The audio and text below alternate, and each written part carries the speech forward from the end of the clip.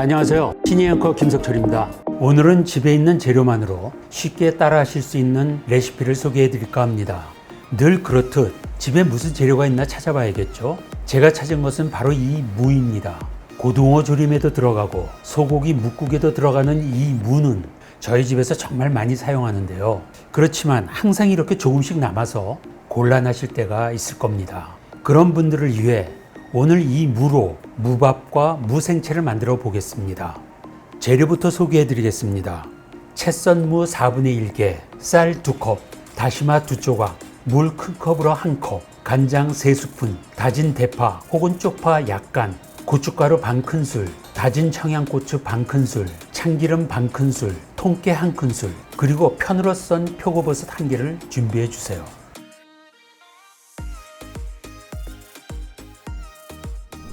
자, 그러면 시작해 볼까요? 먼저 쌀 2컵을 준비해 주세요. 쌀은 깨끗이 씻은 뒤 30분 불립니다. 그리고 체에 받쳐 물을 쫙 빼주세요. 다음으로는 전기 밥솥에 불린 쌀을 넣고 다시마를 넣은 뒤 물 1컵을 넣어주세요. 무에서 수분이 나오니까 일반 밥보다 물을 좀 적게 넣어야 된답니다. 다시마 대신 기호에 따라 표고버섯을 넣으셔도 되는데 저는 둘 다 넣겠습니다. 편으로 썬 표고버섯을 반 개 정도 넣어주세요. 그 다음에는 채 썬 무를 쌀과 함께 넣어주시는데 물을 채 썰어 주실 때는 이런 채칼로 얇게 잘라주신 뒤에 이렇게 물을 모아서 썰어 주시면 됩니다. 두께는 취향껏 조절하시면 되고 채 썬 무를 3줌 정도 밥솥에 넣어주고 밥을 지어주겠습니다. 밥이 되는 동안 간을 해줄 양념장을 만들어 볼까요? 준비해둔 간장 3큰술에 고춧가루 반큰술을 넣고 다진 쪽파 반큰술, 다진 청양고추 반큰술, 참기름 반큰술, 마지막으로 통깨를 넣어주고 잘 섞어주세요. 양념장을 다 만드셨으면 이번에는 무밥 위에 올라갈 고명을 준비해 보겠습니다. 아까 쓰고 남은 표고버섯을 양념할 겁니다. 표고버섯에 물기를 한번 꾹 짜주시고 간장 반큰술, 참기름 반큰술을 넣고 조물조물 양념해 주세요. 자, 어느덧 밥이 다 되었네요. 밥을 밥 공기에 담아 주신 후에 방금 준비해 둔 표고버섯 고명을 예쁘게 올려주시고 다진 쪽파로 장식을 해주시면 맛있는 무밥 완성입니다. 다음으로는 무밥과 함께 곁들여 먹을 수 있는 무생채를 만들어 보겠습니다. 먼저 재료부터 소개하겠습니다.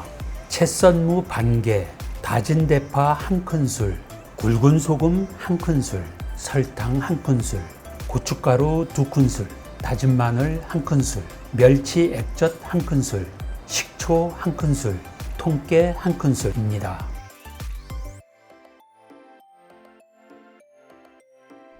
먼저 믹싱볼에 채 썬 무를 담겠습니다. 가을 무는 달고 아삭해서 바로 무쳐도 되지만 저는 쓴맛을 잡기 위해 한번 절여주겠습니다. 굵은 소금 1큰술, 설탕 1큰술을 넣고 잘 버무려 준 뒤 약 15분에서 20분 정도 기다려 줍니다. 잠시 기다려 주시면 이렇게 물이 생기는데요. 체에 한번 걸러서 물기를 제거해 주시고요. 무체에 남아있는 수분도 손으로 가볍게 꾹 짜주세요.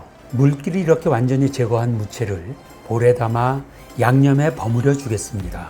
먼저 고춧가루 2큰술을 넣고 버무려 빨갛게 고춧가루 물을 들여줍니다. 이렇게 미리 고춧가루를 버무려 줘야 다른 양념 재료를 넣은 뒤에도 고춧가루가 겉돌지 않고 잘 섞이게 됩니다.